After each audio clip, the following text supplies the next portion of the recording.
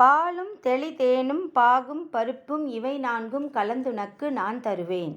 கோலம் செய் துங்கக் கரிமுகத்து தூமணியே, நீ எனக்கு சங்கத் தமிழ் மூன்றும் தா. சிவாய நம. மாணிக்கவாசகப் பெருந்தகை திருச்சதகத்தில் அறிவுறுத்தலை பற்றி பாடுகிறார். இந்த அறிவுறுத்தல் அப்படிங்கிற டாபிக் என்ன சொல்லுது அப்படின்னா, அடிகளார் மெய் உணர்ந்துட்டார். இப்போ அதுக்கப்புறமா தன்னுடைய மனதை ரொம்ப உற்று நோக்கிறார். அப்போ அவருக்கு என்ன தோணுதுன்னா, மனசு இன்னும் சிவபெருமானின் திருவருளை பெற வேண்டிய அளவுக்கு பக்குவப்படலை. ஏன் அப்படின்னா, இடையிடையில் இந்த உலகத்து இன்பங்களை எல்லாம் நாடி போகிறது. அது அவருக்கே தெரியுது. அதனால் என்ன தோணுது, அவருக்கு பயப்படுறார். இப்படி என்னை இந்த உலகம் இழுத்துக்குமோ, உன்னை நான் முழுசாக அடையணுன்னா இந்த உலக பற்றிலேருந்து டோட்டலாக என்னை நான் விலக்கிக்கணுமே, ஆனால் என்னால் முடியலையே அப்படின்னு சொல்லிட்டு தன் மனசுக்கு தானே அட்வைஸ் பண்ணுறார். முதல் 8 பாடல்கள் என்ன சொல்கிறாருன்னா, இறைவன்கிட்ட விண்ணப்பம் செய்கிறார், ரெக்வஸ்ட் பண்ணுறார்.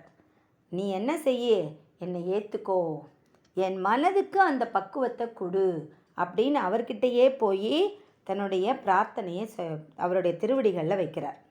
கடைசி 2 பாட்டில் என்ன பண்ணுறாரு, தன் மனத்தை தானே இடித்துரைக்கிறார், அறிவுரை சொல்கிறார். மனதே நீ உன்னை மாற்றிக்கோ, பரிபக்குவம் அடை, ஏன்னா அது ஒரு அழகான சிவசக்தி அனுபவம், அதை நீ பக்குவமானாதான் அதை அனுபவிக்க முடியும் அப்படின்னு தன் மனதுக்கு தானே அறிவுறுத்துகிறார். அதை தான் அவர் இங்கே பாட்டாக பாடுறார்.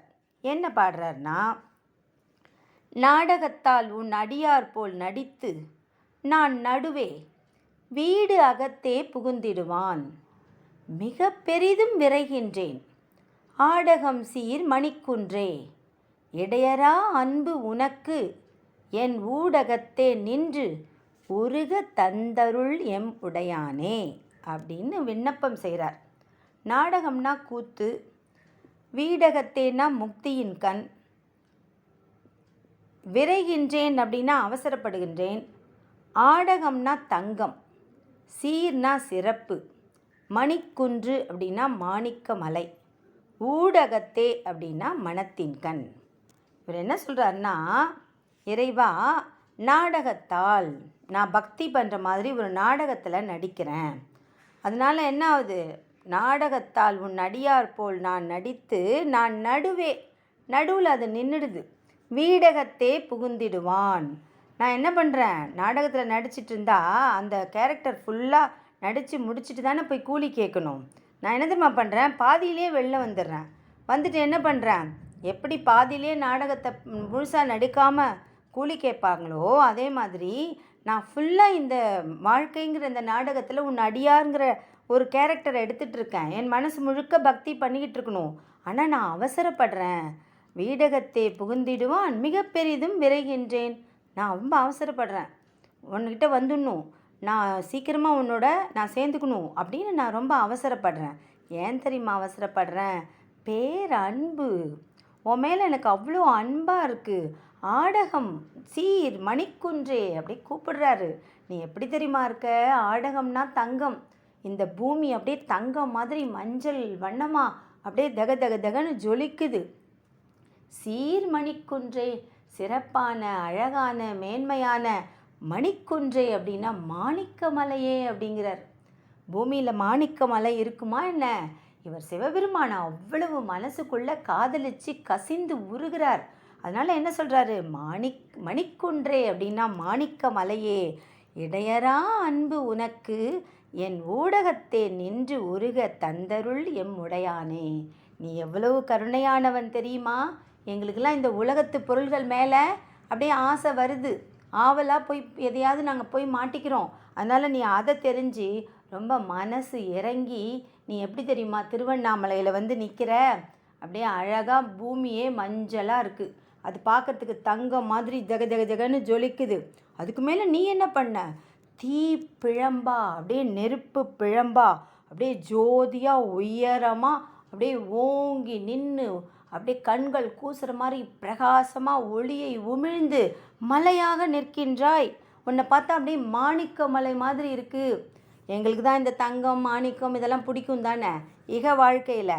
அப்படி தான் நினச்சி நீ வந்து நின்னையோ என்னமோ தெரியல, எப்படி நிற்கிற, தங்க பூமியில் மாணிக்க மலை போல் பிரகாசமாக நிற்கிற. அப்போ கூட எங்கள் மனசு உன்னையே நாட மாட்டேங்குதே. இடையரா அன்பு உனக்கு என் ஊடகத்தே நின்று உருக தந்தருள் எம்முடையானே. ப்ளீஸ் எனக்கு நீ அந்த அருளை தந்து விடு. சரி, என்னால் மேலே தான் முன்னாடி புறத்தில் தான் பார்க்க முடியல அப்படின்னா நீ இன்னொன்று கூட செய்யலாம். என் மனதே ஒரு இதயம், என் இதயத்துக்குள்ளேயே நீ வந்து அழகாக ஜோதி ஸ்வரூபமாக உன்னை உணர்த்தலாமே. நான் உன்னை உருகி உருகி கும்பிட்றதுக்கு நீ எனக்கு அருள் புரி. என் பாசாங்கெல்லாம் விட்டு நான் வெளியில் வரணும். நான் ஏதோ பக்தன் மாதிரி நடிச்சிட்ருக்கேன். இகம் பரம் அப்படின்னு இன்றைக்கும் அதுக்கும் நான் வந்து ஏதோ சொல்லுவாங்க இல்லையா, ஆற்றில் ஒரு கால் சேற்றில் ஒரு கால்னு, அந்த மாதிரி நான் ஒரு நேரம் பக்தியாக இருக்கேன், ரொம்ப உணர்றேன், உண்மை நீதான்னு எனக்கு புரியுது. அப்புறம் திரும்ப என்ன பண்ணுறேன், பக்திக்கு முழுசாக பக்தியாக இருந்தால் நீ முக்தி கொடுத்துருவ. அந்தளவுக்கு நான் பக்குவப்படணும். ஆனால் நான் பக்குவப்பட மாட்டேங்கிறேன். திரும்ப என்ன பண்ணுறேன், இந்த ஆத்மா அதை விட்டு விலகிடுது, நான் வேறு மாதிரி வந்துடுறேன். சும்மா திரும்பவும் இந்த குடும்பம், இந்த உலகம், இது வந்து என்னை வந்து இழுத்துக்குது. இது ஒரு நாடகம் மாதிரி நடந்துக்கிட்டே இருக்குது. நீ என்ன செய்யணும், எனக்கு அருள் புரியேன், எனக்கு கனிவாக எனக்கு அருள் புரிஞ்சிறேன் அப்படின்ட்டு அவர் என்ன சொல்கிறாரு, கேட்குறாரு. என் இதயமே சிதாகாசமாகிய பொற்சபை. கடவுளே, என்னோட மனசு தான் பொற்சபை. அதில் நீ வந்து என்ன பண்ணுற, நடிக்கிறாய், நடனமாடுகிறாய், என்னவா, நடராஜராய். இந்த பொன் பூமியில் விளங்கும் மாணிக்க மலை நீ அல்லவா அப்படின்னு உபநிடதங்கள்லாம் சொல்லுது. அதனால் நீ என்ன பண்ணு, ரொம்ப அழகாக இருக்க, ரொம்ப அழகாக நடராஜராக வந்து டான்ஸ் ஆடுற. இந்த வெளியில் ஆடுறது பத்தாது, என் உள்ளுக்குள்ளேயே வா. இதோ வச்சுருக்கேன் என்னுடைய இதயத்தையே தங்கமான இதயமா, அதில் அந்த எப்படி மாசற்ற தங்கமாக நான் வச்சுக்கணும். கொஞ்சம் மாசு வந்தால் கூட அதை நீ எடுத்துரு. நான் எங்கேயாவது திடீர்னு என்னோடய கேரக்டரை மறந்து போய் வேஷத்தை மாற்றிக்கிட்டு வெளியில் வந்துட்டேன்னா, இல்லை இங்கே வா அப்படின்னு நீயே என்னை கூப்பிட்டு என்னை கண்டித்து வச்சுக்கோ, எனக்கு அருள் புரி அப்படின்னு அவர்கிட்டயே அந்த ரெஸ்பான்சிபிலிட்டியை கொடுக்குறார். நான் இறைவா, நான் உன்னோட அடிமை தானே அப்படிங்கிறார். உன்னோட அடிமையாக இருக்கிறதானே எனக்கு சந்தோஷம். அந்த அடிமையாகவே தொடர்ந்து நான் இருக்கணும் அப்படின்னா அதற்கு உன் அருள் வேணும் அப்படின்னு அவர்கிட்டயே கேட்குறார். அதனால தான் இதில் ஆசான் ஞானசம்பந்தம் சார் என்ன சொல்கிறாங்கன்னா, அவருக்கு ஏன் இந்த எண்ணம் வந்திருக்கும் அப்படின்னா, அமைச்சர் கோலத்தில் இருந்த நான், நீ திடீர்னு வந்து திருப்பெருந்துறையில் கூப்பிட்டு எனக்கு அழகாக காட்சி கொடுத்த, நீ தான் குரு அப்படின்னு நினச்சிக்கிட்டே நான் பார்க்குறேன். என் கண்களில் நீ குருவாக தெரிகிற. ஆனால் என்னுடைய அகத்தில் நீ என்னவா தெரிஞ்சன்னா சிவபெருமானா தட்சிணாமூர்த்தியாக காட்சி கொடுத்துட்ட. ஆஹா, என்னை இந்த பக்கம் அந்த பக்கம் பார்க்குறேன், எல்லோரும் சிவன் அடியார்கள். எனக்கு சுத்தமாக நம்பிக்கை வந்துருச்சு. அழகாக நீ என்ன பண்ணுற, அமைச்சர் உடையில் தான் நான் இருக்கேன். அமைச்சர் உடை அப்படிங்கிறது இங்கே வந்து ஒரு கேரக்டராக வச்சுக்கிறாரு. நான் சும்மா நடிக்கிறேங்க. ஆனால் நான் வந்து திருவாத ஊரன் இல்லை. ஏன் தெரியுமா, நீ என்னை கூப்பிட்டியே, நான் உன்னுடைய அடியாராக இருந்தால் தானே உன்னை கூப்பிட்ருப்ப. கூப்பிட்டதோடு இல்லாமல் நீ என்ன பண்ண, வீடகத்தே புகுத்திடுவான் விரைகின்றேன். நீ அழகாக உன்கிட்ட கூப்பிட்டு உன் திருவடிகளில் காமிச்சு உன் திருவடிகளால் என் தலையை தொட்டு எனக்கு உபதேசம் செய்தாய்.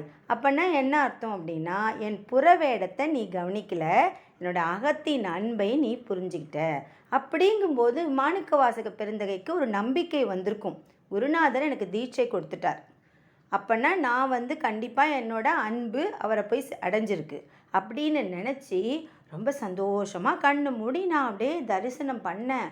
மனசுக்குள்ளே நீ இருந்த, அப்படியே தட்சிணாமூர்த்தியாக இருந்த, பக்கத்தில் வேறு யார் இருந்தா, இடது பாகத்தில் உமையம்மா இருந்தாங்க. சந்தோஷமாக கண்ணை முடிச்சு பார்த்தா உன்னை காணும். விழிகளை திறந்து வேடிக்கை பார்த்தால் உன்னையும் காணும், அடியார்களையும் காணும். அப்படியே எல்லாரும் மறைஞ்சு போயிட்டாங்க. அப்போ எனக்கு என்ன தெரியுமா தோணுது, அப்போ என்னோடய அன்பின் மேல் எனக்கு சந்தேகம் வந்து விட்டது. ஒருவேளை என் அன்பு பொய்யானதோ, அப்பப்போ தான் வந்து போகுதோ, அதனால தான் என்கிட்டேருந்து அவர் மறைஞ்சிட்டாரோ அப்படின்னு யோசிச்சு தன் அன்பின் மீது தன் மனத்தின் மீது தானே சந்தேகம் கொண்டு கேட்குறார். இடையரா அன்பு ஊடகத்தில் நிறைந்து நின்று உருகும் வாய்ப்பை தருவாயாக அப்படின்னு கேட்குறார். என்னோட மனசு முழுக்க நீயே இருக்கணும், கொஞ்சம் கூட கேப்பே இல்லாமல் இடையறாத அன்பு என் மனசுக்குள்ளே வந்துக்கிட்டே இருக்கணும், நீ என் மனசு ஃபுல்லாக நிறைந்து நிற்கணும். அப்போ நான் என்ன செய்யணும்?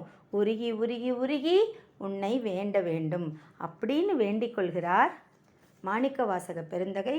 நாமும் இறைவனை உருகி வேண்டிக் கொள்வோமாக, அவன் அருளை பெறுவோமாக. திருச்சிற்றம்பலம், திருச்சிற்றம்பலம், திருச்சிற்றம்பலம்.